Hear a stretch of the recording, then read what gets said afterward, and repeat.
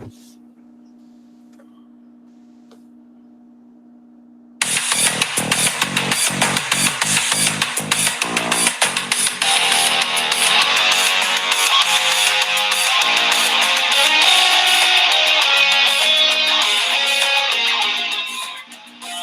live at the motherfucking Rebar.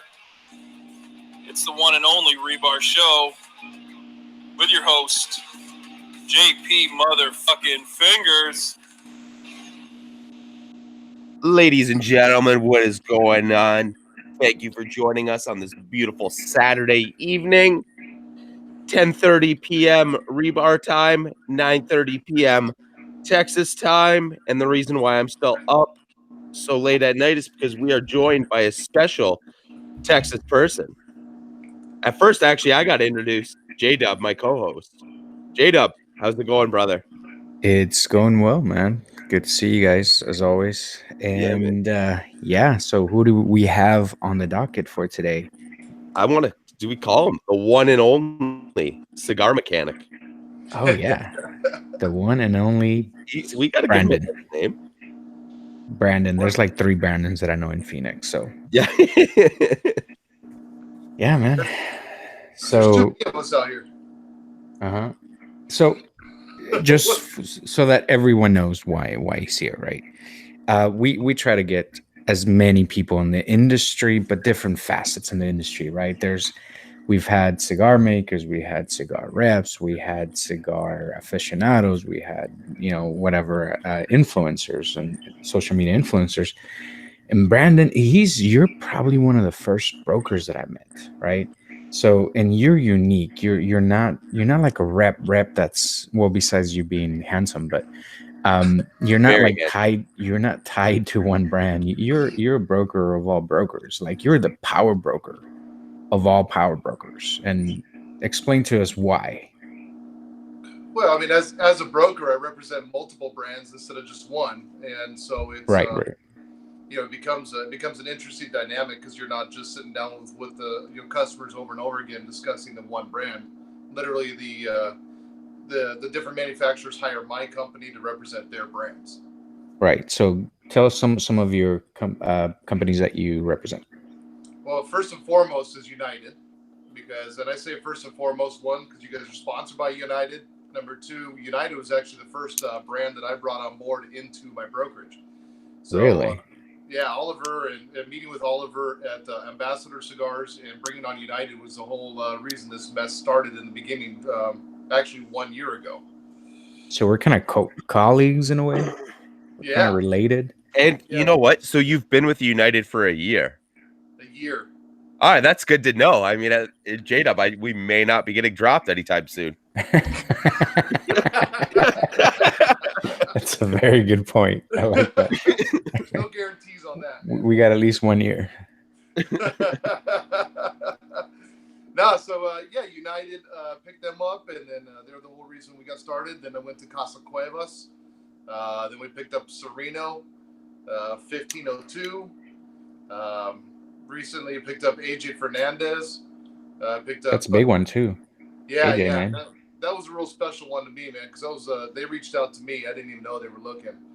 And that's awesome. Well, that says something. And I know I've talked to Oliver, and he's very fond of the hard work that you do, and I've seen it, man. I mean, not many people know brokers in that area or this area as well as people know you. I mean, you walk in and you know everybody in the lounge. You're a whore, for one thing. Oliver does actually speak very highly of you. Yeah, he does. No shit. Yeah, he does. Yeah, no, dead serious. Not even joking. So as you all know, does he say anything good about us? No, let's not ask what you don't want to know, dude. Yeah. Don't ask the questions of answers you don't want to know. As always, we are sponsored by United Cigars, and like United said, fucking Cigars. So should I say it, or do you want to say it? Well, smoke United, live United, grab a cigar once in a while. Which is what I'm smoking, by the way. It is the Atabey, a short. It's like a short Robusto. I think it's No big deal. $20 stick, but very, very tasty. It's one of the first Atabe's that I had. Very, very good. I'll be pairing it with the Hura, the 16 from. It's a Scotch. And before we do go on, I do have to give the disclosure that, of course, as always, we may say, guys, girls, hopefully not little ones listening, we do say a lot of stupid shit. So please do not take it seriously. We don't fact check anything. And any of the views that we have, whether it's this guest or this host, it's not affiliated by any sponsor. So please don't get butthurt. All right. Thank you. Brandon, what are you smoking? What are you smoking, Brian? I'm smoking the Bandolero. Oh man, love that shit. Absolutely love this cigar.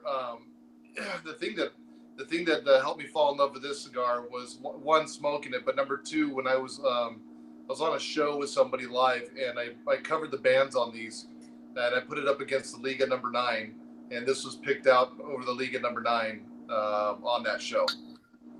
And I remember the guy looking at me going like, "Dude, you don't even look nervous," and I'm like, "No, dude, of course I'm not nervous, man. It's United. It's good stuff." And from what I understand, that was sort of the reason that cigar was created or blended, is to be a competitor for the Liga back in the day. Yeah, I don't know if that was necessarily the reason, but this is in the family with the Atabey and the Byron, and so to have the Atabey and the Byron in the $20 plus range, the Bandolero brings that down into the $12 to $14 in most areas. Right. It's nice to have that. So, aged 2 years after it's rolled. Most of it's undisclosed tobaccos, but just an excellent smoke. And I am pairing that with a Ron Abuelo number 12 year. I have no idea. It was on the shelf in my cigar lounge here. One of the guys left it, so I figured I'd grab it and drink it. We should do a pan of your lounge, because I've been to your lounge a few times, and it's pretty awesome. It's pretty much the man cave, right? You have the TV, you have a humidor. You move the humidor to your office, which is next door, right? Well, and then you two humidors. Oh, okay. And then you have the bookshelf, which has no books in it. It's all just liquor and cigar accessories. Yeah, who reads books, bro? I listen to them, don't read them. So yeah, if you can show us the man cave, and it has leather chairs and everything. I mean, this is, if I were to have a man cave, would be. I don't know how to rotate this. Okay. Well, you don't have to, but. No. If I can figure this out, I'm the guy that says to my wife, "Fix it and make it work," and hands her my phone. There we go. There it is. All right. Oh shit. Yeah. So just I kept the old shop wall because it's inside my mechanic shop at my house here.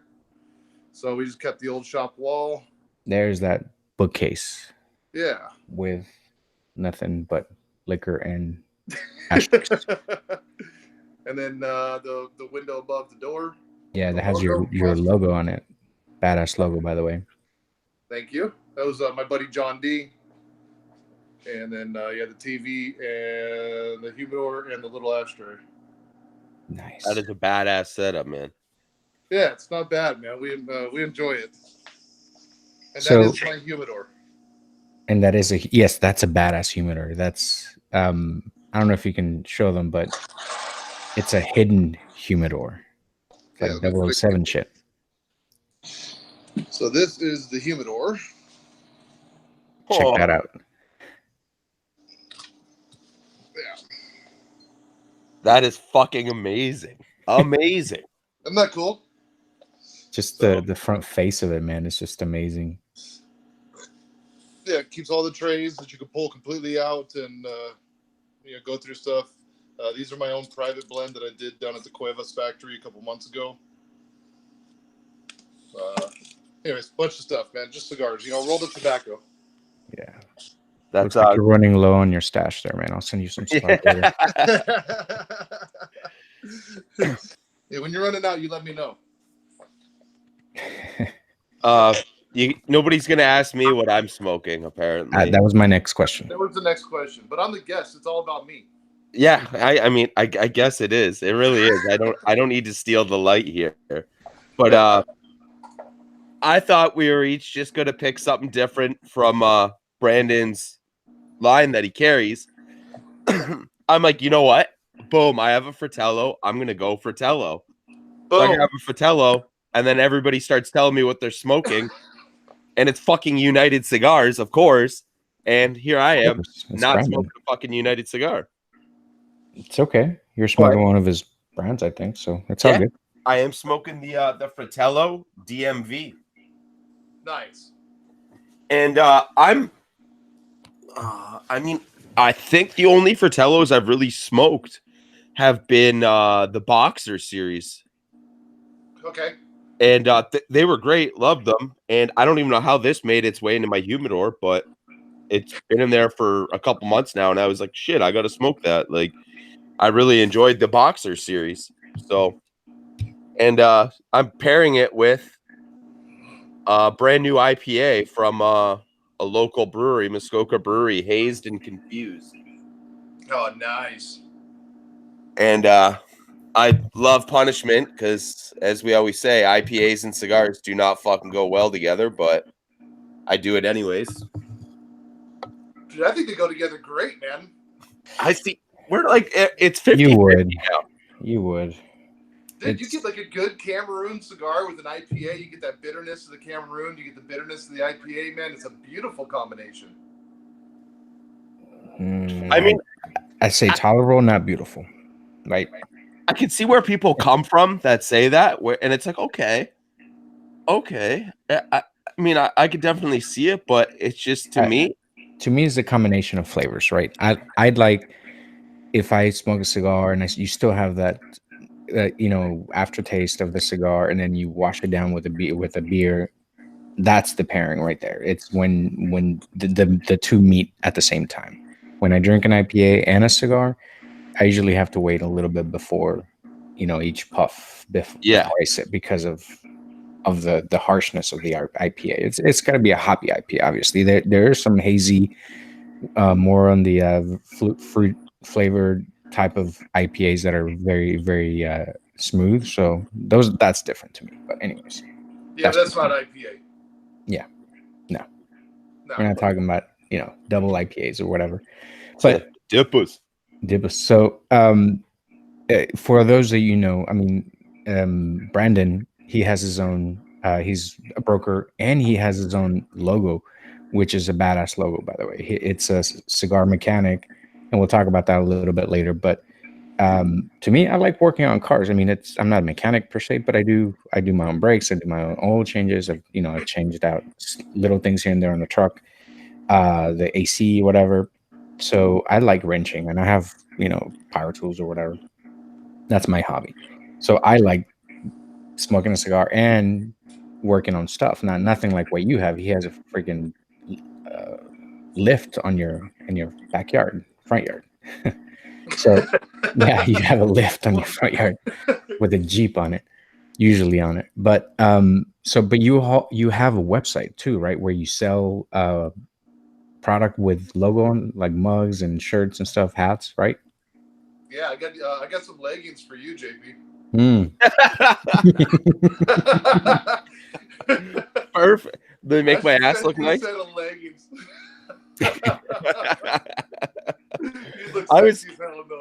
I hit me with the leggings and the 40-ounce flask, and we're good.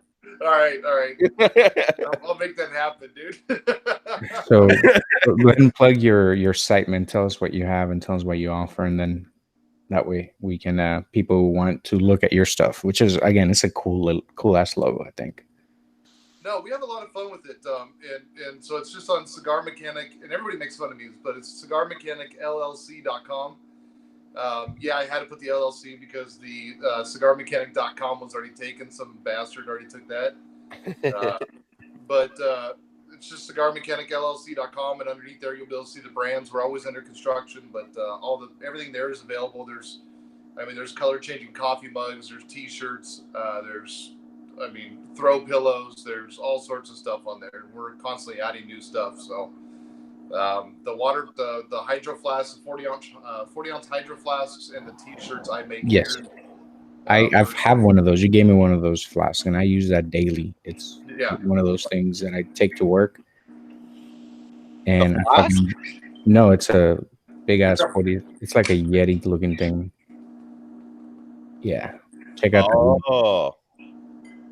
Oh, that's sharp looking, man. That's Yeah, sharp. it's good quality, man. Yeah, they're all it's all laser etched, so they're powder coated, and then we actually knocked the powder coating off with a laser. So this one's been, I mean, I got dents and everything in this thing, dude, and it's been Still rolling around looks in my car. sharp. And, Still yeah, looks sharp. they take a beating, man. They take a beating. So, yeah, so we just kind of put the website together. Cigar Mechanic started back when I owned my mechanic shop. And I just wanted an Instagram page that was away from, just like was cigar related. So I created Cigar Mechanic, the Instagram page, and it just kind of started taking shape. And then when we started the brokerage, that's how I met Oliver. It's one of those things you get together and you're like, hey, Oliver, I'm Brandon, and he's like, oh, dude, good to meet you. And I'm like, we know each other. You're Havana Daydreaming. I'm, Cigar Mechanic. He's like, dude, Cigar Mechanic, what's up? And then you're in like a 2-hour conversation because of like some stupid photos that you took online for the last year. It's like the Instagram has really like brought so many people together. And so when the brokerage came up, he's like, dude, I need a broker. Do you know anybody? I'm like, I always thought about doing it. And I think about 2 weeks later, I sent him all the paperwork, like Cigar Mechanic Brokerage LLC, and we were off and going. So awesome. That's how we met. I mean, basically, I met JP, and that's how I met you through Instagram, and we met up at 4th on 5th back when it used to be 4th on 5th, right? That's where we met. It's a badass watch lighter. Oh, let me 1 second. You haven't seen that, dude? Dude, this guy's like 007. I'm gonna call him 007 from now on because he's got check out the watch that lights your cigar. Amazing. And he's got the radio that looks like the humidor looks like a radio. Oh, it's badass, dude. He's dude, I love doing events. You're like, yo, man, you need a light? They're like, yeah. And you just kind of pop that thing out. And you're out. that is wild. I've never seen that before, ever. Dude, my buddy saw him on Wish, which Wish is like the worst website ever because either A, you spend too much money on shit you don't need, and then B, like you order these things. These were like, I think he paid like $3 a piece. He ordered 5 of them. It took like 6 months to get them in. The shit finally shows up. I'm waiting for it to blow up my wrist, That's the thing. Yeah, I mean, $3 is a great price, but something that's gonna create fire and hold fuel, that could be a gamble, maybe. Yeah, whatever, man. You gotta die to something, right? Yeah. If it's not time that's on your wrist, it's gonna be the all the butane. That's right. That's kind of the reason I got the grenade that I showed, the grenade lighter. I don't know if you saw the video of it. It's the green flame, and it has the knife on it too. Dude, that's awesome. I gotta step up my my cigar accessory game. You do. I need something. You need some fun stuff, dude. I'm going on a hunt tomorrow now to find a cool, whether it's a lighter or a cutter or something. I'm going on the hunt tomorrow. I'm hitting up some flea markets, but well, it started with the ombre, right? That was an ashtray. That actually, for me, it was like, oh, that's a cool accessory because I have shit ton of accessories, but that's all they are. If I have a lighter, it's a lighter. If I have a ashtray, it's an ashtray. This is the first ashtray that actually it's a decoration piece that I got from Ambassador Cigars. By the way, shout out to Ambassador Cigars. Dude, that's a great ashtray because you never have to smoke alone again. Yeah, just don't drop it, right? That's right. You can chip their floor. Oh yeah, in Ambassadors, which is like our fancy lounge out here, man. And it's like Barton's in a 25-piece suit, and he's like, "My friend, welcome to Ambassadors." Yes. And this guy's in their humidor, dude, and drops the ashtray. It shatters into a million pieces. That they just gave me.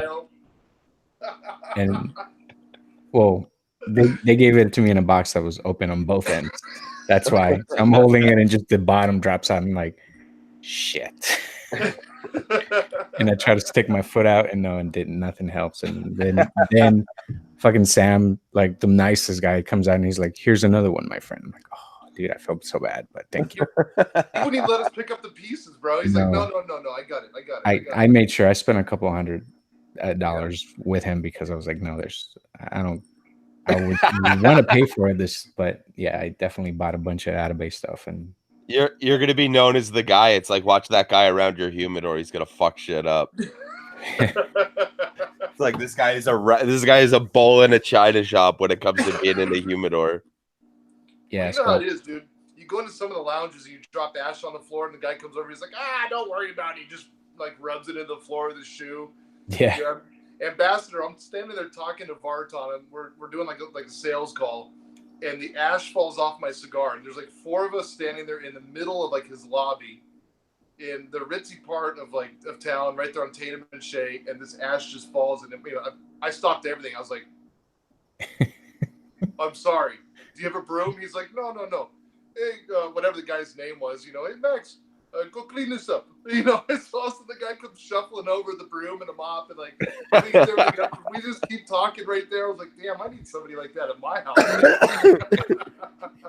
house. That's why I vacuum. I vacuum my lounge like at least twice a week. Jeez, But dude. I hate seeing ash on the ground, and I hate seeing the floor dirty. And it's just one of those things where if I see it, it's like a lot of the times we walk around barefoot, or not barefoot, but we either wear slippers in here or we just wear in our socks. Yeah, you want your shit clean, man. That's your domain. That's your spot. Yeah. And it's, I'll wear a pair of slippers out here and I'll wear the same pair of slippers in the house. So it's like, I don't want to get shit dirty out here and then get shit dirty in the house. So, but yeah, I feel you on that, but.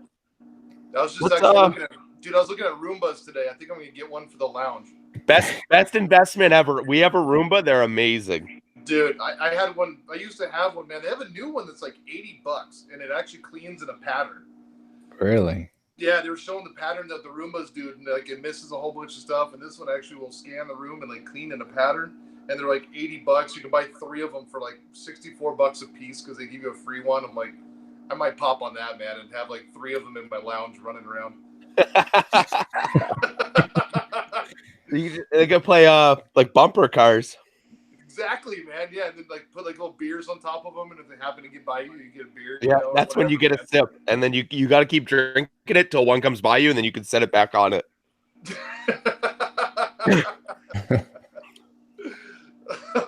Oh, and I forgot you have the biggest humidor I've seen, by the way. You have it in your office next door. Oh, you want me to go to that one? If you want to, dude, but that's a badass, dude. If you have a hard time finding devices to keep your humidor humidified, that's a good problem to have. We were talking about that. How do I keep this fucker humidified? Right. One of those Oasis things just wasn't doing it. The big one, it wasn't doing it. Check that out, JP. Hold on.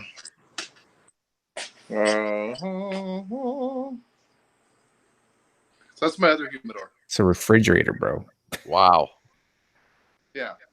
And I finally got it working right. It's a wine fridge, but I've got the large Magna 3.0.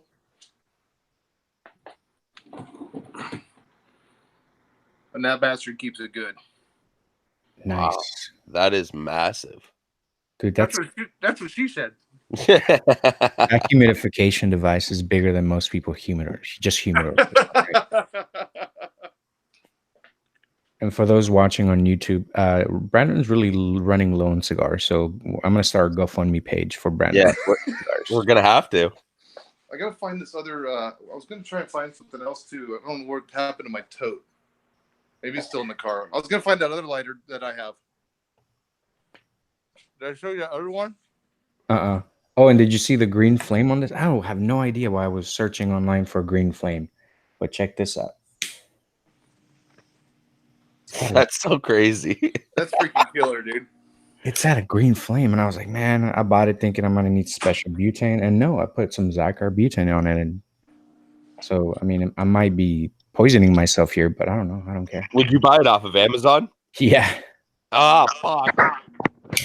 I should have never even have asked. And I'm gonna have one within a week now. Give me a month because I don't know how long it'll last because it's made in China or whatever, even though it says USA on it. No, they put a little. Naturally. They put a filament in those things, and so it'll wear out over time. Jetline did that with the red flames. There you go. Yeah. And then guys try to warranty it out. They're like, my flame's not red anymore. And you're just like, the lighter still freaking lights your fucking cigar, so just use it. Yeah, it still works. It doesn't not work. Right. You want to get in to some of the I want to hear about, some of the people you have to deal with, right? Because it's not just one brand, right? So you have to essentially deal with 6, 7 different brands, everything each brand has, and so you have you're well educated on these brands. Try to be. And it's like with anything, right? You have cigars, you have a customer is like, I left this cigar in my vehicle for a week and it's not burning properly. Why? This cigar is crap. I want my money back. And especially being out in Arizona, right? Like it's, that's not a cigar friendly area in the summer, really, unless you're smoking indoors. Right. Yeah, that's part of the reason why we built the lounge here was because we used to sit out in the backyard and smoke cigars and just sweat balls all freaking night, dude. Yeah, you get up at 5:30 in the morning, 5:30 in the morning here, and it is still 100, 105 degrees. Yeah. In the middle of summer, do we have days that they shut down the airport because they're like, we don't know if the planes are going to get off the ground. Yeah, when it goes it's above 120. Yeah. Yeah, that's when you start grounding airplanes when it goes above 120, bro. That's 120. Yeah. That's fucking crazy. I've talked with Todd Taziris. Oh, Ziris, yeah. And I was like, oh, you're not smoking? He's like, dude, I won't smoke till at least 11 at night. He's like, you go out, you have one cigar, and he's like, it's still disgustingly hot. And I'm like, holy shit. I go, dude, where he lives, you know what I mean? Arizona is almost a mecca for cigar shops and cigar lounges. Yeah. There is an insane amount of them. Yeah. We're the second largest market in the U.S. Yeah, man. There's cigar shops every 5 miles at least. It's a good thing. That's crazy. But I mean, I guess, you know what I mean? People are like, okay, you get a cigar lounge, right? But it's a lot of the year it's nice outside.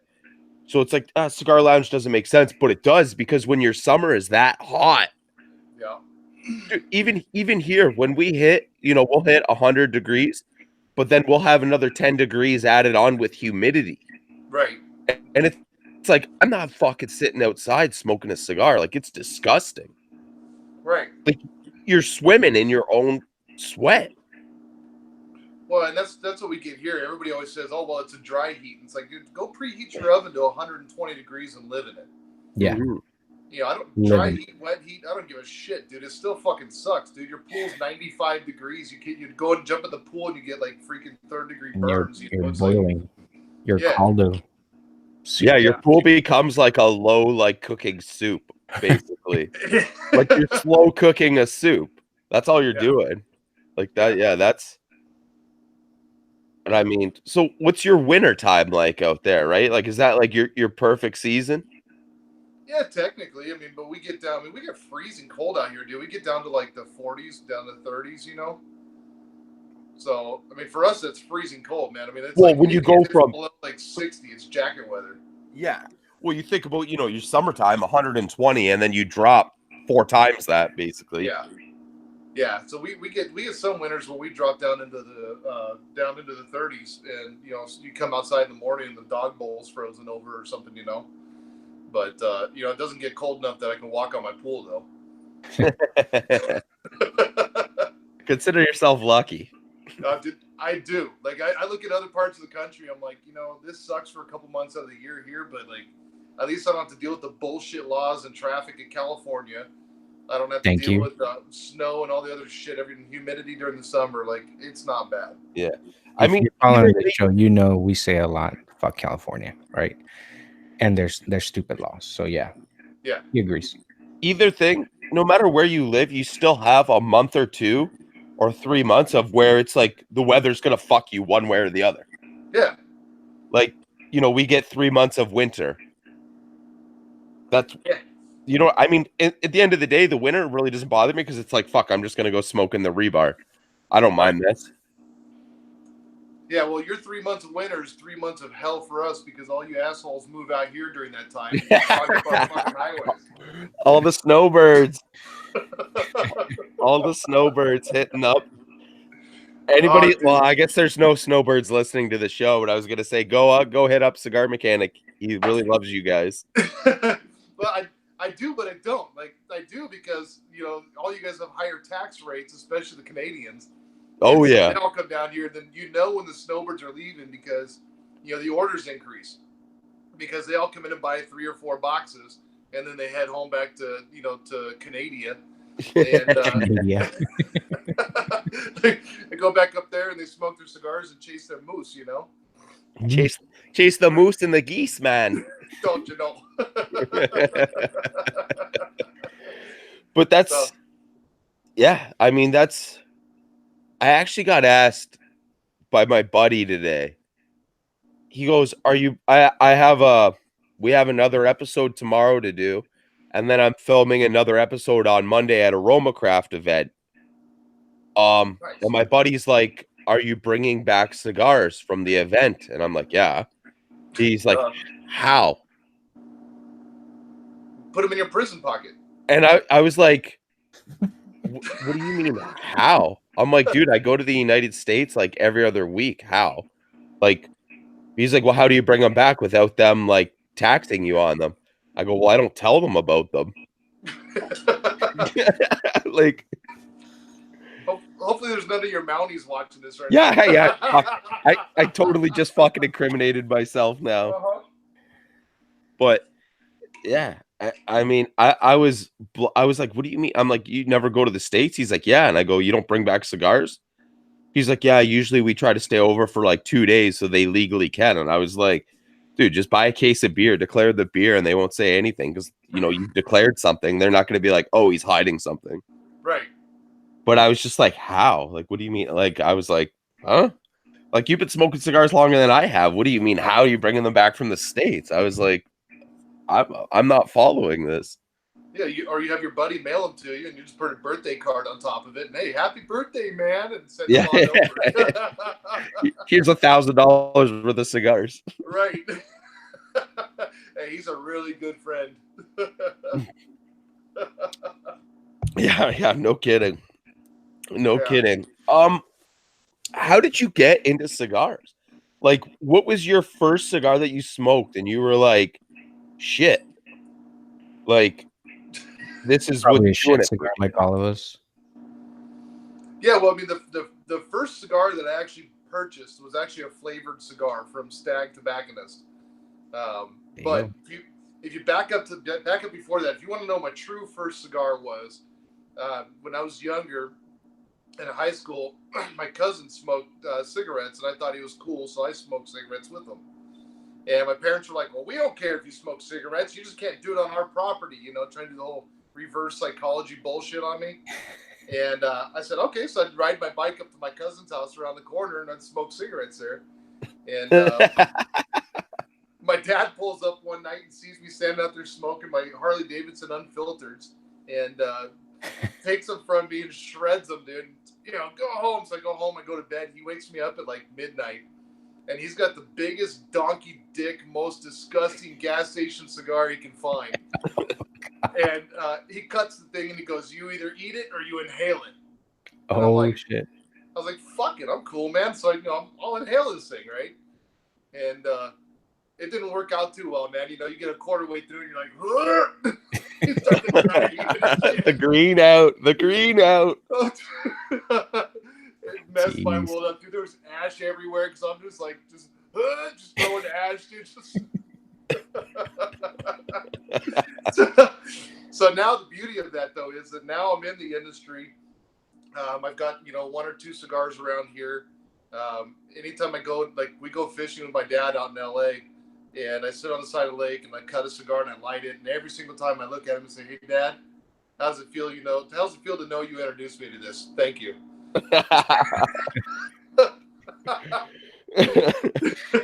That backfired on you. Didn't go quite the way you wanted to, huh, Dad? Yeah. But the first one that I bought that was crazy because my little brother was out here from Utah at the time. And he says, let's go grab some cigars. I was like, all right. So we're drinking some Coronas, and this kind of gonna date me, but he grabs Yellow Pages and starts dialing different cigar shops, right?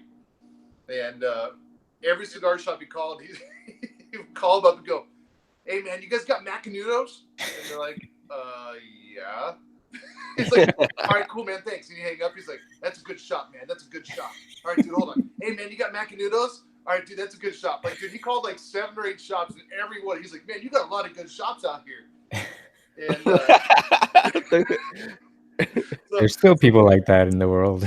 Oh, dude, so we go down to Stag Metro, which JDub, you've been down there. Yeah.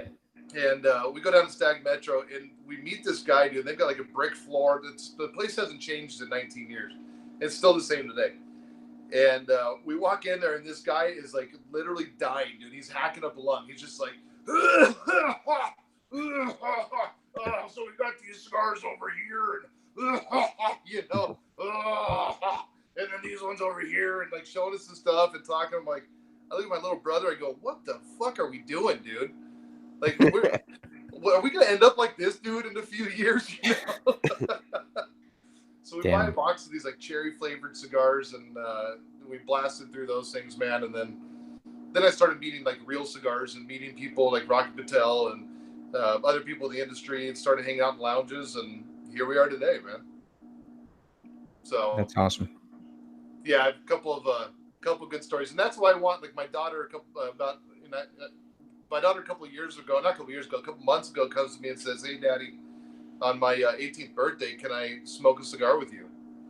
And of course, she's just like, "I got something in my eye, man." You're like. So that's why I've been looking for all the cigars from 2003 for her to smoke. And, shit. Yeah, so her first cigar is either going to be, I think, John, you got me an Oliva. Yeah, it was an Oliva from 2003. Yeah, so I've got an Oliva. I've got 2 Camacho Liberty 2003s. Ooh, the Liberties would probably be phenomenal.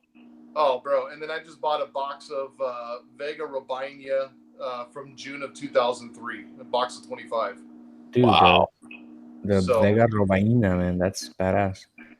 Yeah, and that's going to be nice and smooth and mellowed out. It's not going to be as strong. So I got to figure out, like, I want her first cigar to be, something that was, an 18-year-old aged, beautiful cigar, Yeah, dude, that's special. That's badass. Yeah, I appreciate the cigar, brother. Thank you. Shout out to our benefactor for that. I hunted down and found one, and you know who you are. You know who you are. Mr. Weird Ass Questions. But you talk about the people that you got that we deal with in this industry. I mean, going back to that one, it's that's been the biggest learning curve, because like half the people come in, you're doing an event, you're like, "Yo, dude, what do you smoke?" And I mean, every one of them, man. "Oh, dude, I don't smoke Cubans, man. Oh yeah, I smoke Cubans all the time, man. Those Cochibas or Cohibas, and and like they just the people come across trying to act like they know what they're talking about instead of saying, "Hey, man, educate me. You're the expert. Educate me." Mm-hmm. And so we get to deal with that all the time. That was the biggest one, and so now a lot of times guys like, "Oh, I only smoke Cubans," and I go, "Oh, so you like Nicaraguan tobacco?" Put them on something Nicaraguan, This guy gets me. So you just start having fun with it too. I think I did one event that I had like three guys in a row come in and like, "Dude, I only smoke Cubans," and I'm like, "All right, dude, the rest of this event, I am gonna find a way to put the word Cuban at least one time in every presentation with every single person that walks in here." Well, like it's Super Troopers, So however you can throw Cuban in there, and it's a whole lot of cigars. Meow. Yeah. Yeah. Right now. Chicken fucker. But that's one of those things, right? You get the guys, and I get it. Well, I mean, I don't get it. I'd like to say I get it, but I don't fucking get it because I only want to smoke Cuban cigars. Blah blah blah blah blah. This that. Yeah. And in my opinion, they're not all that they're cracked up to be. There's some that are good, but Yeah. you get a Nicaraguan, you get a Dominican, a Honduran, you're getting so much more flavor, you're getting so much more complexity. Yeah. It's just a different flavor profile, right? I can appreciate both. That's the thing, but they're not the same. By far, they're not the same, right? So No, and when someone why do says, you "Oh want to yeah," limit yourself? right, and when someone says, "Oh, I only smoke Cubans," well, then you're limiting your palate, right? So I Right. already know, and vice, it works the other way too. It's like, "Oh, I only smoke, Nicaraguan cigars." Oh, well, you're limiting your palate, whatever. Yeah. Oh, don't get me wrong. I smoke in the summertime. I'll smoke a Cuban a week easily. Yeah. Like I'll Well, you start have my Saturday morning with a nice Cuban, no problem. And you have better access to them. Yeah, no, I mean, our taxation is shit on it, but I could Yeah. literally go to any convenience store and grab one. Right. Right. There's a lot of fakes too, right? In Canada. No, because of our government, it is so. If you go to an actual licensed store, Oh. like an actual government proper store, you don't have to worry about shit. It's when you go to these like tiny little like rundown convenience stores that are, yeah, you're probably gonna get fakes there, but Yeah, because if you go anywhere in South America, Mexico, or further down south, you have to go to like a La Casa del Habano in order to get the Oh, real yeah. stuff, and you're gonna pay 3 times as much as you would online, easily. Right. 3 times. Yeah, you're paying the tourist tax. Exactly. Yeah. Well, the best way, like the way I explain Cubans to a lot of guys, and obviously depends on the guy, but Cubans are kind of like, because guys ask me that all the time. What makes Cubans so good? And I'm like, hey, they're not so good. But what makes them so good for us is because it's kind of like that Asian massage with a happy ending. Like you go into this like shady place and you get this like shitty massage, and then you get this like subpar blowjob, but it's like just feels so damn good because you're just not supposed to be there. And it's the chase. It's the chase. It's the want what you can't have. It's that the makes story you tell people, not the actual experience, right? Yeah. And So, that's why I've had Cubans. Yeah, and that's why I think like the bandolero will beats out a lot of the ligas a lot of times because people are smoking that band. They're not smoking the cigar. They're smoking that band. They're going, oh, I got a Liga number 9, man, and these things are limited or they're hard to find or whatever it is. And when I smoke them, man, I'm not a fan of them personally because I think they taste like burnt tires.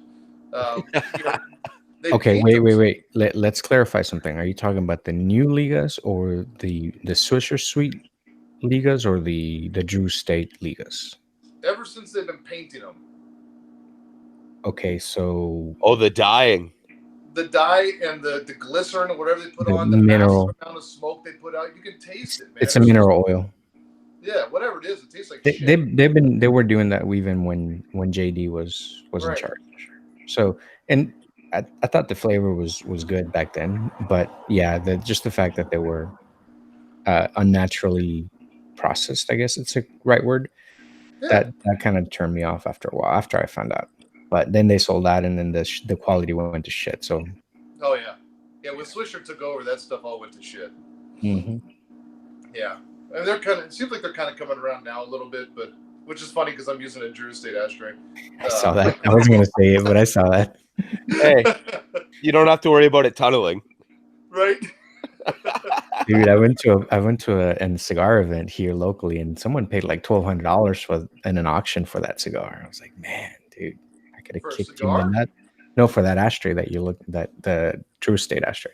Oh, okay. Well, maybe I should sell this one. I don't know. Buddy might give it to me. $700 best offer. Yeah, right. Please get rid of it. Yeah, I mean, yeah, I was a big Drew Estate guy back in the day, like big. I mean, never the army cargo shorts and the boots, but I mean, I smoked a lot of their stuff back in the day. But yeah, when they changed, it was just like, oh, what the fuck? Like, it's not what it was. And Yeah, it, that's the unfortunate thing. So many of these guys have changed so much, dude. Like when yeah, I mean, you look at when Davidoff bought Camacho. I mean, that Camacho Triple Maduro was like, dude, that was like my number one cigar. That thing was fire. Dude. Yes. Phenomenal. Oh my god, dude! I have like 5 of them left, and I just can't smoke them, man, because I'm like, I'll never get these again. No, it's one of those things where it's these companies get bought out, and they end up. You think they would do better because the amount of money that is getting put into it now, but they end up. It's the complete opposite, and they end up fucking going worse. And that's one of the things where I think a lot of the boutique companies now strive for is not selling out, basically. Right. And it's like, we're here, we're doing us, and we're not, you know what I mean? We're not going to give in to whatever temptations there are, because, you know, once you sell out, it's not your company anymore. No. I mean, in Drew State, I mean, Jonathan Drew stuck around, but it's not his company. He's there to be a face. He's just to move the brand. You know, and it's just, you know, Christian Aurora left, you know, Camacho when that all got bought out. Now he's got his own Aurora cigars, and they're pretty decent now. Yeah, I think they're coming, you know, it's bringing back some of that old Camacho flavor, you know. Yeah, the old Camachos back in the day, holy crap, man. Those were some of the best cigars I've ever smoked. Like, they were, insane. Yeah. And back then they were actually kind of expensive. I mean, for the time, they were actually a little bit higher price. If I remember right, they were like $10 or $11 for Camacho, the larger Triple Maduro. Yeah, we were paying. I used to buy them like once a week. I would buy a couple of them at a cigar shop in Canada. When I first started smoking, I never bought in the United States, but I think I was paying $17 or $18 for them, and I was like, "Damn, it's a little bit expensive. It's cheaper than the Cubans, right? But for what I'm getting, it's an insane cigar." And I bought them and smoked them like they were going out of style. And then one day I go into the cigar shop and I'm like, "What the fuck? New band? Where the fuck?" And I'm looking everywhere for the old style, and they're like, "Oh no, those are all gone." Yeah, get rid of this damn Scorpion. It tastes like shit. Yeah, like, and even the way now, I don't fucking like the way the bands look on them. No, the whole thing's changed. So tell us a little bit about some of your pet peeves in the cigar industry. Well, let's talk about, do you have any pet peeves on Instagram? Since, you know, this is the birthplace of all of us, but what are your pet peeves on Instagram? Let's start with that. Well, I mean, I think everybody's pet peeve is on Instagram is the guys that go on and follow, and then you like look tomorrow and there's 20 less followers, you know? Like these people that want you to follow, they follow you just so that you'll follow them back.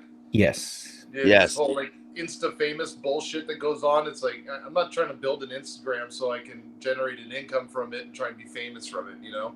Right. And they do. And a lot of these people, they get like 20, 30,000. They don't get paid. They might get a free cigar here and there, but they don't get paid. It's like you sold your soul for nothing. Yeah. Yeah, I hate that, dude. I had it out with one dude. I'm not going to say what his Instagram, but he's got, you know, several thousands, maybe 20,000, whatever. I haven't looked at it. But he would follow me and unfollow me every week.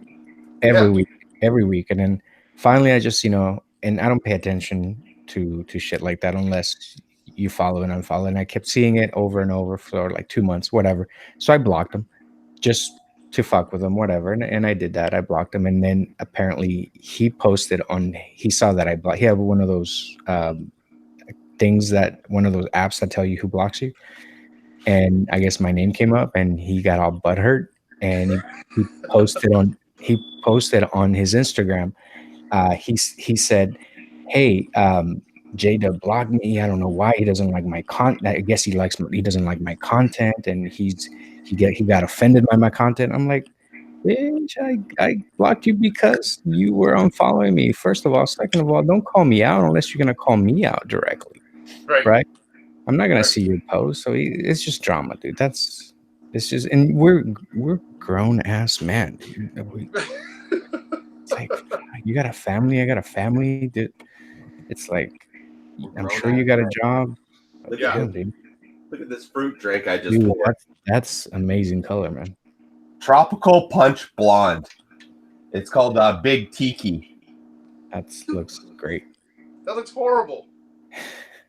I mean, Talk What about else? I'm pet gonna let peeves. the head settle.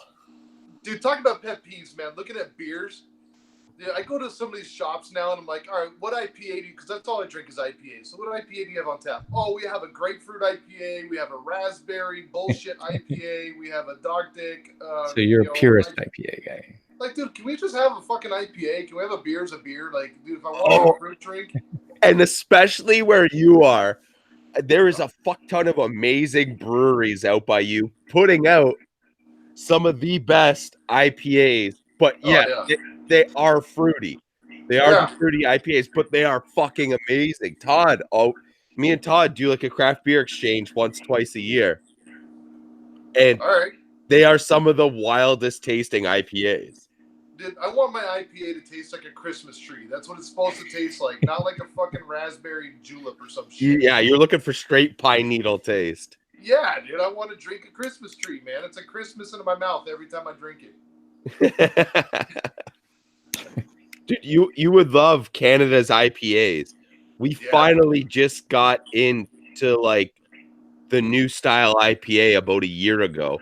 Up until about a year ago, all our IPAs tasted the fucking exact same, just hoppy ass pine needle taste. And we're like, when are we gonna get these new style IPAs? And now that's all you see here is these new style IPAs where they're all the exact same now, but on the new level. Right. Nah, dude, I don't need fruit in my IPA, man. I got introduced to a South Dakota martini. What the hell is that? Dude, it's a PBR with like 2 green olives in it. Okay. That doesn't sound bad. It wasn't, I mean, it's a PBR, so it's bad, but it's... With 2 olives on it. I was like, what the hell's a South Dakota martini, bro? This beer shows up with 2 green olives in it on it like a steak, and I'm like, what the fuck is this? It's amazing. Yeah. But, no, I think the biggest pet peeve on Instagram are those guys, the ones that want to be Insta-famous. They want to keep following and unfollowing and following and unfollowing. You know, I'm not about the drama on Instagram, man. I'm about, you know, the community, meeting people, you know, utilizing the Instagram for what it's for. Hell yeah. You know? Is anybody else's screen freaking out? You know what? No, it's just my screen freaking out then. So what about pet peeves in just the cigar community, generally speaking? The frustrations in the cigar community, generally speaking, I think are my biggest frustration are the online buyers. I don't understand these guys that think they can go online and buy their cigars and then take those cigars and go sit down in a cigar lounge and enjoy that cigar. That doesn't make sense to me. Yeah. You know, when I own my mechanic shop, you don't go to Rock Auto and buy your rotors and brake pads and bring them to my shop and ask me to put them on for you and then complain when they squeak and expect me to warranty it or take care of it. You know, it's like these guys got to pay their electric bills. They've got to, you know, these brick and mortars. So I think my biggest pet peeve in the cigar industry, it's not necessarily the online guys, because they have their place. I mean, there's people that can't get cigars in certain areas. They need to be able to order online. I get it. But it's the guys that want to buy online and go sit down in a lounge that's paying electricity and all that stuff, and they complain about a cut fee or they complain about whatever, and they're the biggest pain in the ass. Yep, because it's not a public place. It's definitely not a public place. It's a private place. People that are made for people to go there. That's why when I go to a lounge, I often bring my cigars, but I will never not walk into a lounge, sit down for more than 20 minutes and not buy a cigar. Whether I smoke it there or not, that's neither here or there, but I still buy some. What annoys me is that I've had cigars tell me you can't smoke your own stuff here. I'm like, okay, but I'm buying stuff. And they tell me that after I buy their cigars. Right. I'm like, what does it fucking matter if I'm smoking what I just bought versus what I brought in. Right. Yeah, I pay. that's a big thing. Is always like no matter what I do, I'm always supporting that shop. If I go to that shop, it's usually minimum $100. Right. Whether it's $100, then I'm smoking their shit there, or $100, and somebody might give me a cigar there, and I'll smoke that they gave me, and it's not from their shop. But Yeah. at the end of the day, it's like, dude, you still have. If I didn't come here to smoke a cigar that wasn't yours, you wouldn't have had this $100. Right. Or 100 to how whatever the dollar amount is. But I get, yeah, people that just show up to a random cigar shop and then don't buy anything and pull out it's like, where the fuck do you like you said about the mechanic thing, it's like, And they pull out the shittiest cigars too. It's like, Oh, it's yeah. that bundle shit. Yeah, like I'm smoking my $1.50 freaking short filled bundle shit because I want a cool place to smoke it, and yeah, that never made sense to me. That you got to pay your rent for that chair. exactly. It's like a tattoo shop or like a barber shop. The person that runs that chair has to pay his rent.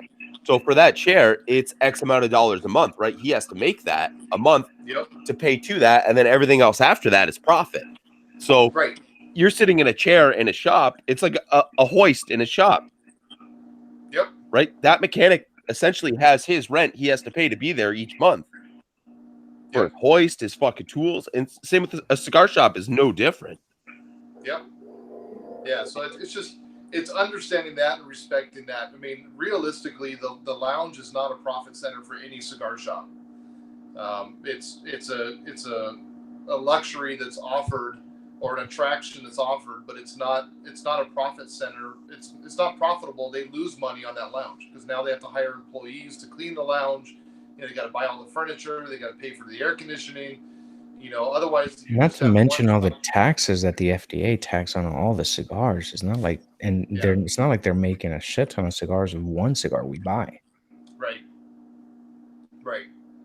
Yeah. So I think if people can understand that, and respect the fact that this is a lounge, that's offered as a luxury for you. It's offered as an attraction. Go and support that shop.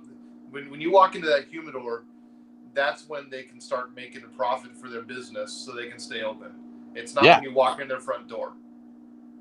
That's the thing. Yeah. And people don't get that, right? Say people go to a cigar shop that's just a shop, and it's like, oh, I wish they had a place for us to smoke here. And it's like, no, this place is literally utilizing every single dollar they make from the humidor, and they don't have to, they're not providing an area for you to smoke, because that's essentially where that's when they're going to start losing money. Right. Right. What do you guys think about people smoking in the humidor? I've smoked in humidors. I've been in shops where they're like, no cigars in the humidor, and I'm like, yeah, that's cool. Like, I mean, I'm okay with that. It's especially if it's constant people smoking in humidor. If once in a while they walk in, that's no big deal. But if it's constant people in there walking in and out, it has to permeate into the cigars eventually that are sitting there. You think so? I would think so. I don't know. I mean, because have you guys been on the factory tours or been down to the factories at all? No.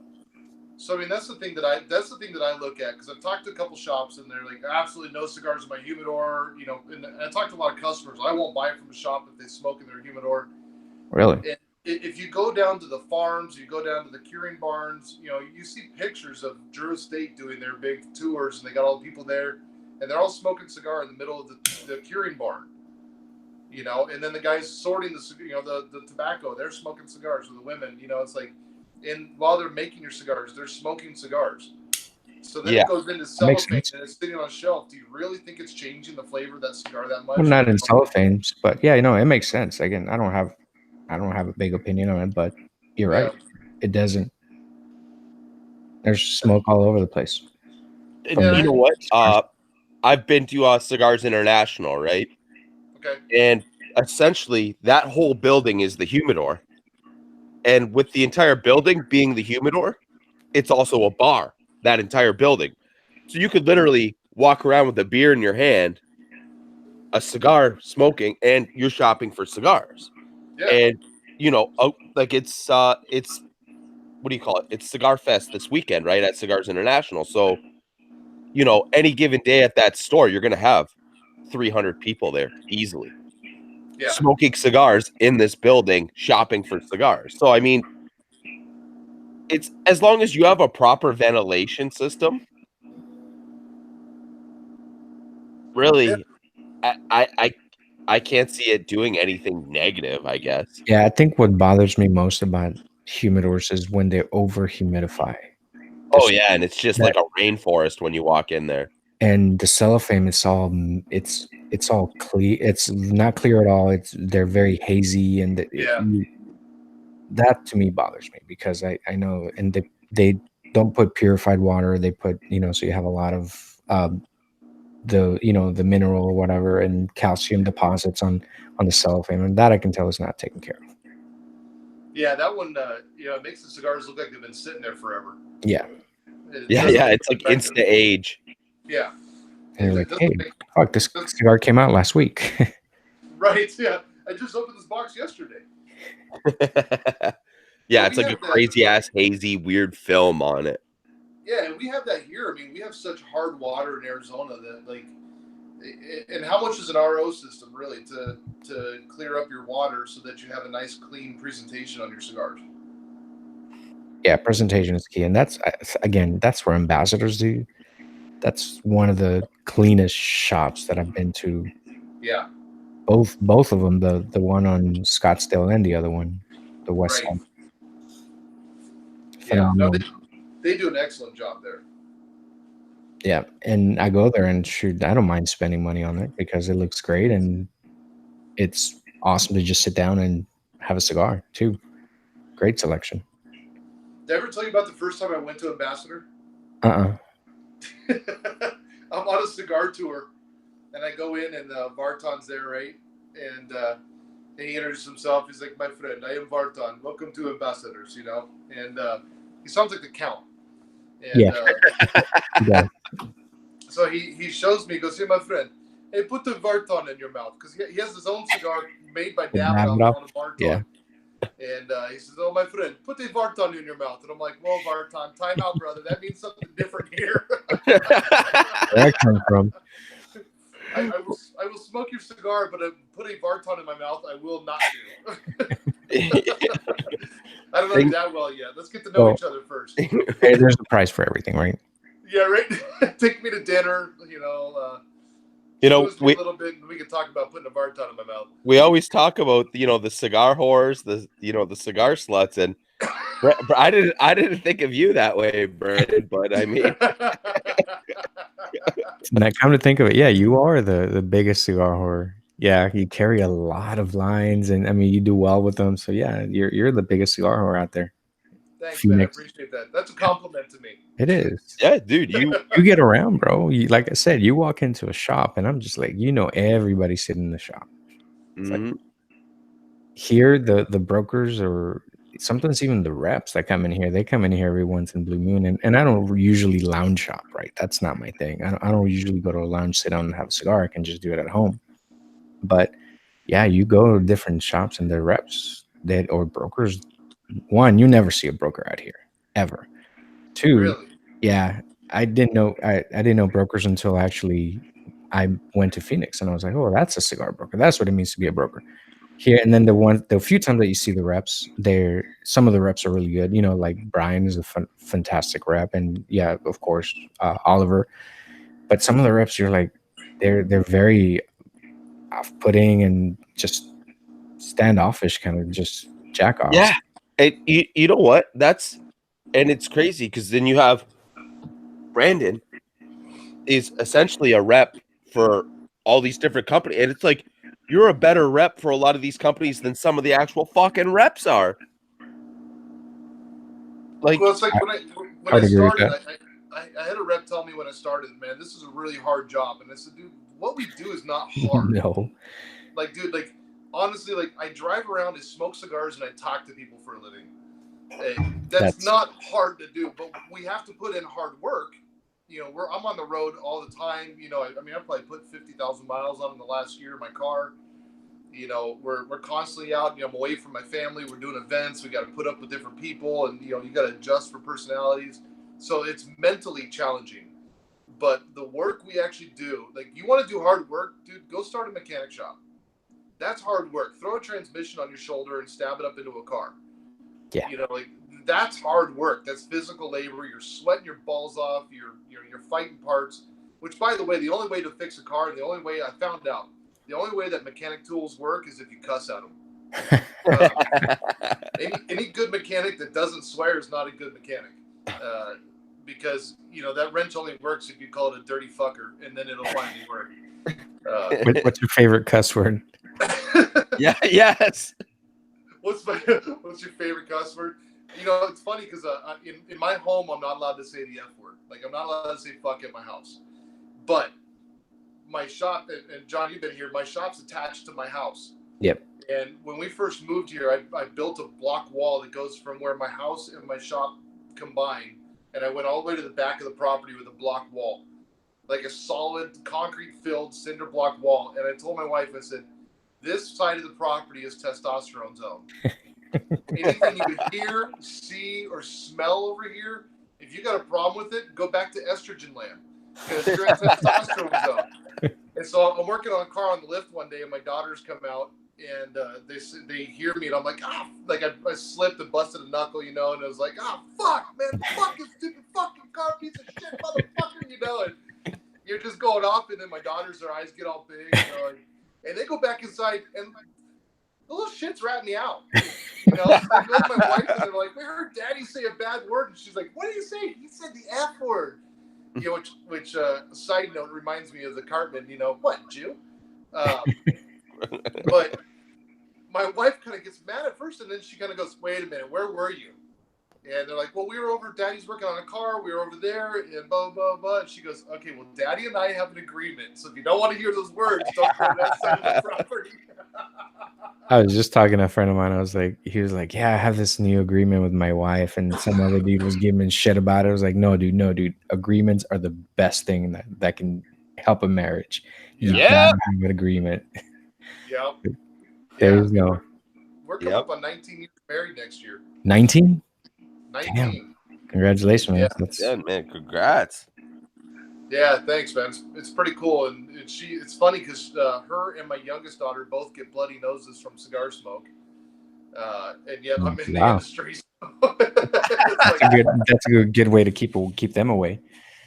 Yeah, it's like mosquito repellent, man. You want to get away, just go in the lounge and light a cigar. So that's awesome. Yeah. But yeah, no, dude, definitely agreements with marriage are key. Yeah.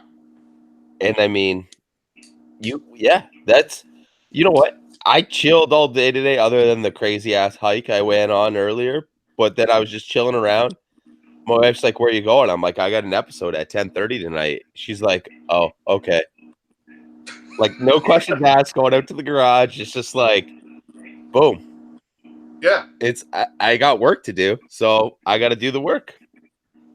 Listen, man, communication is everything. And if you can set up agreements, guidelines, stuff like that, in the beginning, it's, communication is huge in every marriage and just in everything in general, in friendships, in business. Communication is everything, and being honest, truthful, integritous, that stuff to me is, that's what's made our marriage work. That's what's made the business work. That's what makes my friendships work. Is just no bullshit, no drama. This is the way it is.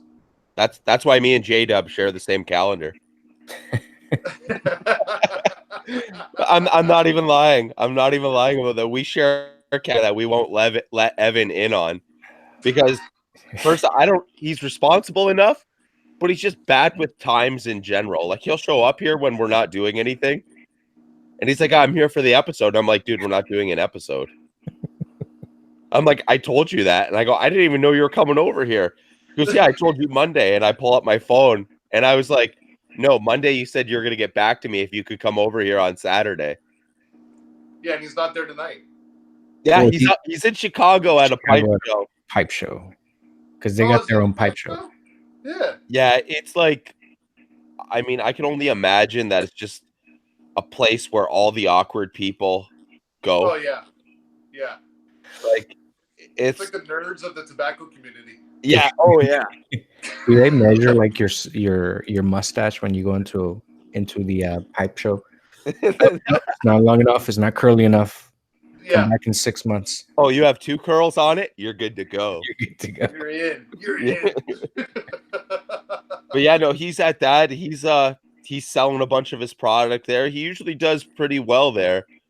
But every year he goes up, and I'm pretty sure on his way up he had vehicle problems again. The past 2 or 3 years he's had vehicle problems on his way up there. Yeah, he posted a picture of his Spark car plugs or breaking down, whatever. spark plugs, and I was like, "Hey, just stay away from the farmer's daughter. Yeah. Stay away." But yeah, I think last year was a car accident. What? Shit. Yeah, he got rear-ended by a transport truck or something, What? and then ended up, yeah, like every year it seems that he goes, it's just like this. I was like, oh, yo, did you do good at the show? And he's like, yeah, but no, because of all my other expenses that occurred going up to the show. And it's just like, fuck, well, did you at least have a good weekend away? And he's like, yeah, it was good. But like, that's Evan. When I first met Evan, he was mainly just a pipe guy. Really? And was really quiet, really like I have the longest joke with him running where it's just like, no, dude, you're awkward. Like we used to always say how awkward he is. And believe it or not, over the past 2 years, he's really opened up a lot now to where he'll talk and to where he'll do a podcast. Yeah. But yeah, no, and you know what? A lot of people love him on the show. Yeah. No, he's a great guy, man. They love what's in Evan's mouth. Well, when I come out there and visit, I'll love what's in Evan's mouth. I'm sure he'll love that too. You got to throw him a wrench. Oh God, I just got a visual. Of Brandon's pants being down, and every once in a while he takes a puff and he comes back. Little leatherly, little Oli some WD-40. Brandon, how tall are you? 6'3". Okay, so you could give Evan a little bit of a run for his money. He's only got you by like 7 inches. Yeah, tall. He's a tall motherfucker. So yeah, I had no idea you were that tall, Brandon. Yeah. I'm just a little guy. I don't look up to a lot of people. Fuck, dude. Me and you are the same height, JDub. Mm-hmm. Yeah, pretty much. Yeah, but then yeah, we get. You guys don't have to bend over to make out. No. Well, we do, but I don't know if we consider that making out. But no, you get me, JDub, and Evan when we're actually in the same room together. It's fucking weird. Like when we're all standing up together, it's like, what the fuck? Because a lot of people don't actually know your height just from, like it's rare that you'll see a picture of me and Evan together on Instagram. Right. Or if you do, we're sitting down and it's like, okay, Evan might be a couple inches taller than me, but like, people could think I'm fucking 6'4" or something, but I'm 5'10", I believe. Jesus, dude. Yeah, I'm just a little guy. I'm getting more rounder than I am taller, so. Yeah, right. Yeah, my wife told me get in shape, so I picked the shape around. Yep. Hey, it's easy and it can fit anywhere. That's right. And you can, no matter worst case scenario, you just got to roll. Yeah, all these guys brag about their 6-packs. So I'm packing a keg, bro. I mean, that's the way to go. You never run out. You know what this is? Right. This is a fuel cell for a sex machine. I'll tell you what, with Brandon though, you haven't lived until you're riding with Brandon while he's doing an IG live episode while driving, lighting a cigar. Yeah, and smoking a cigar. Oh, jeez. That was last time you were out in Arizona, right? Oh, that happens he's got live videos, and I'm like, dude, look at the road. Oh, shit. Hey, but we got everywhere safe, didn't we? Yeah, we did. I have to Uber back home, but it's okay. Dude, I used to own a trucking company, man, back in the day when Blackberries were popular. Oh shit, BBM. And so I had a trucking company locally, and so I mean, dude, I'm driving down the road at 80,000 pounds, like sending an email, smoking a cigar, and like drinking some water, something steering with my knees, shifting gears with my elbow. It's like driving a little freaking Volkswagen Golf, dude, is not a big deal. I bet. I know, man. We're glad we finally got to get you on the show, man. We've been wanting, like, ever since. I told JP, I was like, we have a rep on the line. We have the rep on the show. We had some Instagram influencers. We got to get the power broker. The power broker. Power broker. Well, yeah. I appreciate you guys having me on here, man. I really do. And getting to know you guys just through Instagram and all that stuff's been great, man. Yeah, no, it's been awesome. And dude, yeah, thank you for your time, man. And so let's plug him in one more time.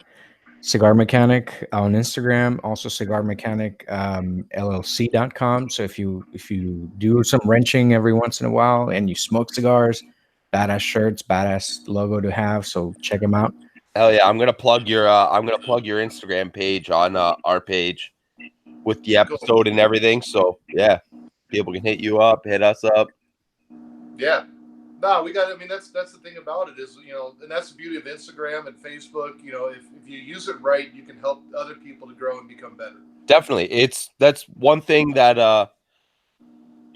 that I'm not to say that's what got us where we are, but it's we know a lot of people because of Instagram, and through Instagram we're able to network and shit like that. And it's just we're one thing we always do. JDub says is we put the social back in social media.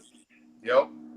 Yeah. And well, the funny thing is because of Instagram, dude, there's a shop in Georgia called Lajeros, and that dude hit me up, and it was like he sent me this big long message that he wants to grab a couple of my photos, print them out, and put them up as decoration on the wall in the shop.